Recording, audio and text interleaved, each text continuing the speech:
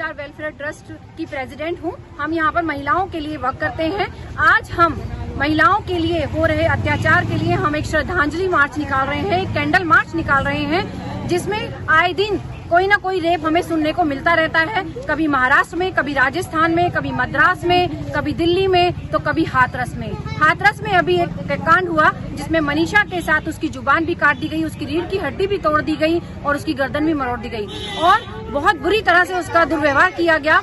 इसी तरह से आपने महाराष्ट्र में भी देखा कि जो है 7वीं मंजिल से एक नग्न महिला को गिरा दिया गया, उसका रेप करके। इसी तरह से राजस्थान में हुआ, 3 दिन तक नाबालिग लड़की के साथ रेप किया गया। आए दिन कोई ना कोई ये कांड होते रहते हैं। अब भारत की महिलाएं ये सहन नहीं करेंगी।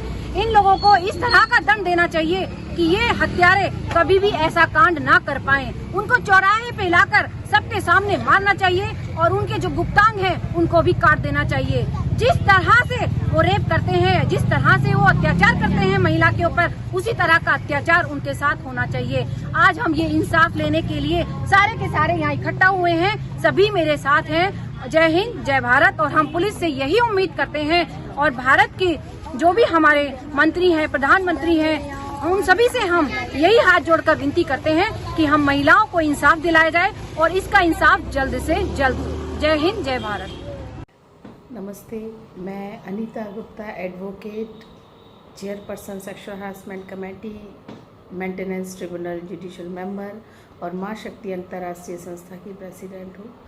आजकल जो रेप के केस लगातार बढ़ते चले जा रहे हैं, जैसे भी हाथरस में गैंग रेप हुआ और उसके बाद लगातार केस हुए हैं, उसमें मैं अपने कुछ व्यू शेयर करना चाहूँगी। एज एन एडवोकेट मैं कहना चाहूँगी कि जिस तरीके से पुलिस इन्वेस्टिगेशन करती है और उसमें कोई ना कोई कमी छोड़ देती है, जिसका कि बेनिफिट ऑफ डाउट एडवोकेट्स ले लेते हैं और बरी हो जाते हैं एक्यूज्ड। यहाँ तो केस में, हाथरस वाले केस में तो खुद पुलिस आजकल निशाने पर है, क्योंकि उसने बहुत कुछ कमियां रखी हैं।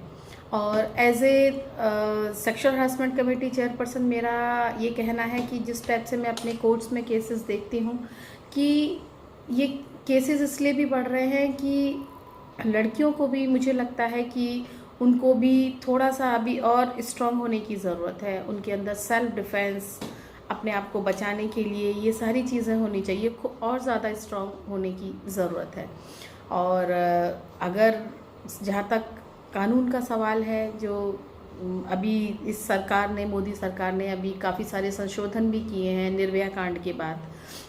फास्ट ट्रैक कोर्ट्स भी बनी हुई हैं, लेकिन फिर भी अभी जो डिसीजंस हैं वो बहुत जल्दी नहीं आ पाते, जिसकी वजह से एक्यूज लोगों के अंदर भय ख़त्म है। अगर उनको ये पता लग जाए कि विद इन अ ईयर ये फैसला होना है और उनको सज़ा होनी है, फांसी होनी है, तो अगर ऐसा 1-2 भी केस फास्ट ट्रैक कोर्ट में डिसाइड हो गए तो लोगों के अंदर एक भय हो जाएगा और इस टाइप के रेप के, गैंग रेप के केसेस बहुत कम हो जाएंगे।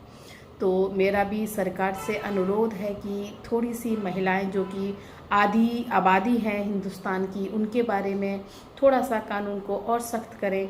और महिलाओं से आग्रह है कि वो अपने आप को बहुत मजबूत और स्ट्रॉन्ग बनाएं, ताकि हर परिस्थिति से लड़ने के लिए वो अपने आप को तैयार कर सकें। जय हिंद, जय भारत।